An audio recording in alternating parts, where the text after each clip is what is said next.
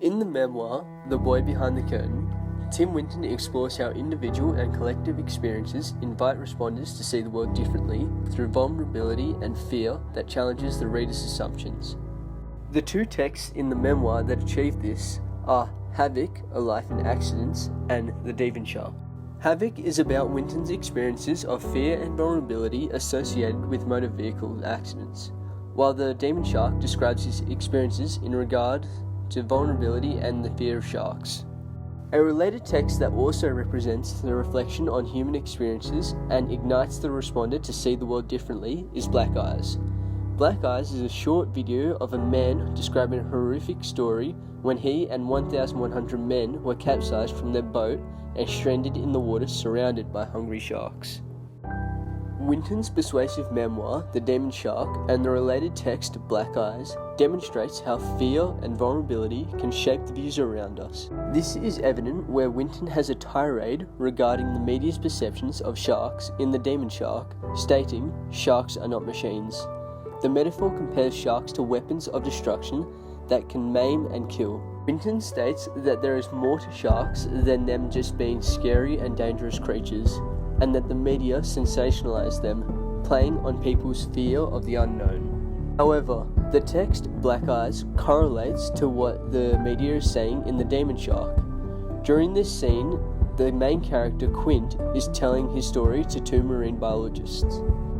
There is suspenseful and eerie diegetic music, plus a close-up of Quint's face in dim lighting, all adding to the atmosphere. Quint states, "We didn't see the first shark for about half an hour. Tiger, a 13-footer.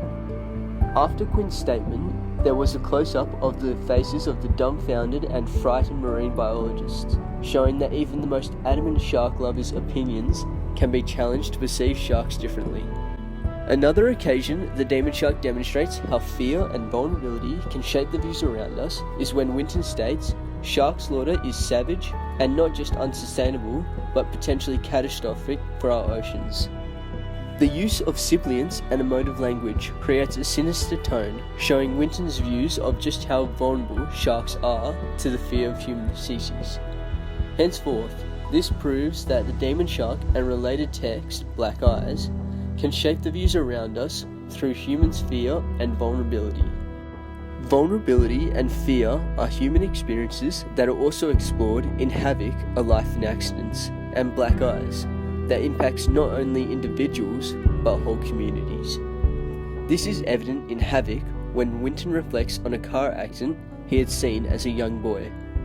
He was convulsing. It was as if he were being shot with electricity. Winton implies that his traumatic experience not only impacted the victim of the accident, but also himself deeply and personally.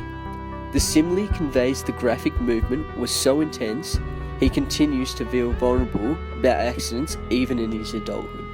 In one of the final scenes in Black Eyes, accompanied with the suspenseful and eerie diegetic music and dark lighting, Quint states, "I'll never put on a life jacket again. 1,100 men went into the water, 316 men came out. The sharks took the rest." Here, Quint demonstrates that his traumatic experience over those 7 days being stranded out at sea has left a deep impression of vulnerability and fear over him. Another time Havoc demonstrates how fear and vulnerability impacts not only individuals but whole communities is when Winton reflects on himself and his father in the third person. Without strife, the cop and the novelist have nothing to work with. It's morbid to view your life through the prism of violent events. The comparison of traumatic events creates vulnerability as it enables one to reflect. Winton writes in a humorous tone about his vulnerability to Havoc and how it connects him to his father, as neither would be in their current job without Havoc. Furthermore, this justifies that the impact of fear and vulnerability can not only affect individuals, but whole communities.